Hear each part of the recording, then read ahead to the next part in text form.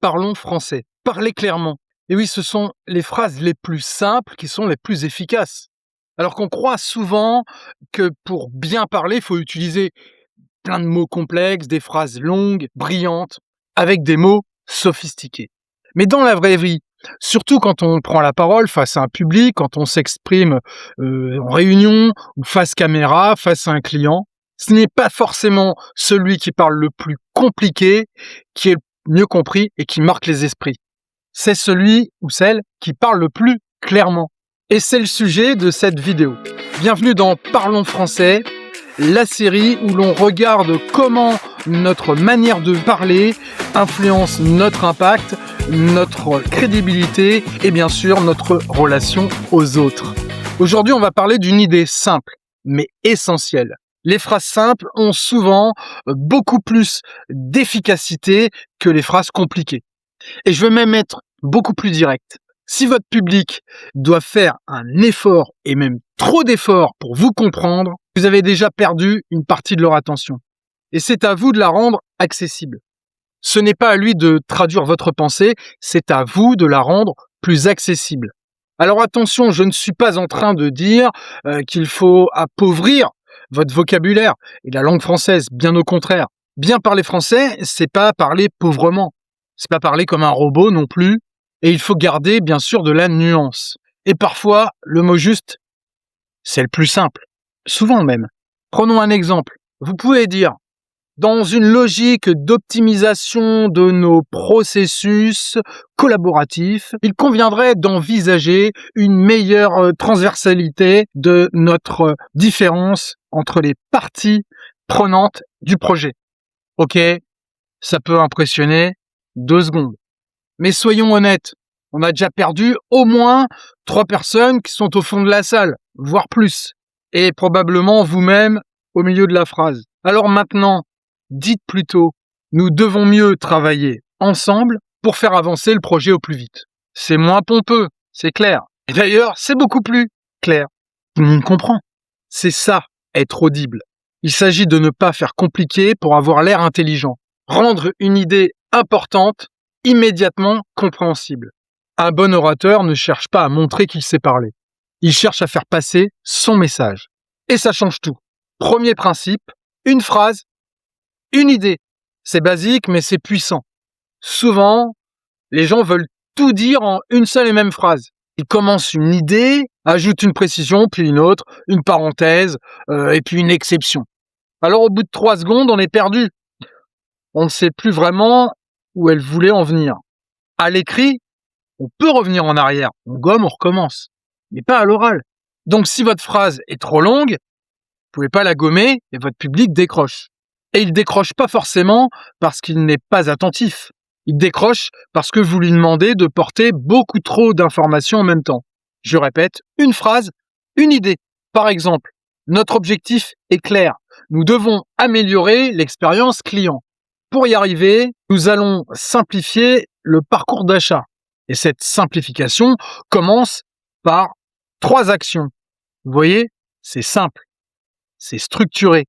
Deuxième principe, évitez les mots qui gonflent la phrase sans ajouter du sens. Il y a des expressions qui donnent l'impression d'être professionnelles, mais qui ajoutent surtout du brouillard.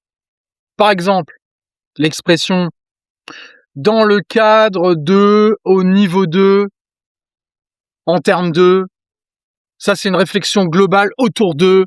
Bah, franchement, ça sonne pas.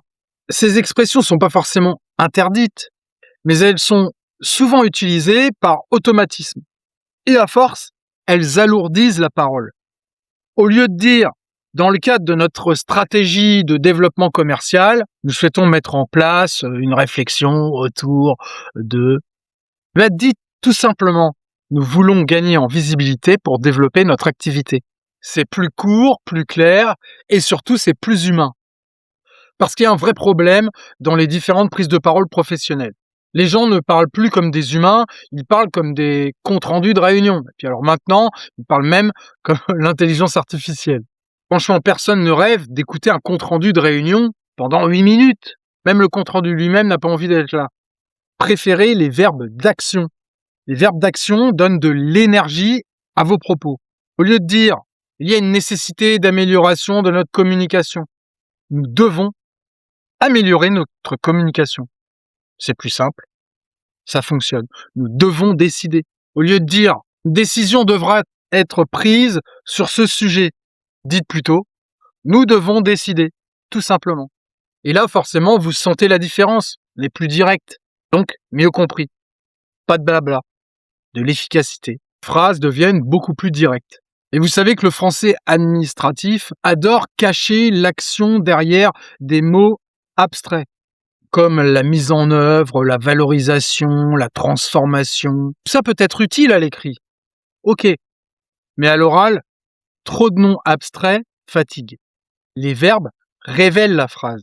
Améliorer, mettre en place, valoriser, transformer, c'est beaucoup plus vivant. Et quand la phrase est vivante, bien notre parole l'est aussi. Le 4e point, c'est de ne pas confondre précision et complication. Certaines personnes disent « Bah oui, mais mon sujet est complexe, je peux pas faire simple. » Ok, admettons. Mais faire simple ne veut pas dire d'être simpliste. Faire simple, c'est organiser la complexité. Tiens, je donne une formule que j'adore de Léonard de Vinci, qui dit « La simplicité, c'est la sophistication suprême ».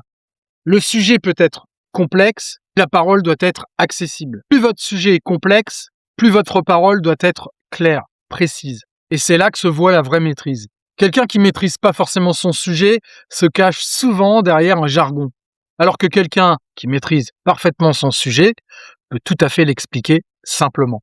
Et ça, c'est une grande leçon de la prise de parole. La clarté, c'est pas un manque de profondeur. La clarté, c'est une preuve de maîtrise. Et franchement, à force d'être sur le terrain et de voir et d'assister et de prendre la parole même, moi-même, sur scène, je peux vous dire, pas besoin de faire compliqué. En réalité, on a une structure dans la langue française de base qui est efficace. C'est le sujet, verbe, complément, tout simplement. Et on sous-estime la puissance de cette structure. Nous lançons ce sujet au mois de septembre. Cette décision concerne toute l'équipe. Notre priorité, c'est de simplifier l'offre. C'est clair, c'est structuré, ça suffit. Mais parfois, on a peur de paraître trop simple et donc on complique l'ordre de la phrase. On pourrait dire le projet, dans une logique de déploiement progressif, fait l'objet d'un lancement au mois de septembre. Oh, pourquoi faire ça en fait? Alors que vous avez vu, la première formule, elle est beaucoup plus efficace et on la comprend. Et le public n'a absolument pas besoin de phrases décorées. D'ailleurs, il y a souvent des managers qui, justement, habillent et essayent de noyer le truc en envoyant des phrases comme ça hyper complexes. Et vous voyez, hein, ça n'a aucun intérêt, au contraire. Alors, je vais vous proposer un exercice très simple. Vous prenez une idée que vous devez expliquer prochainement. Un projet, une décision, une offre, un message important.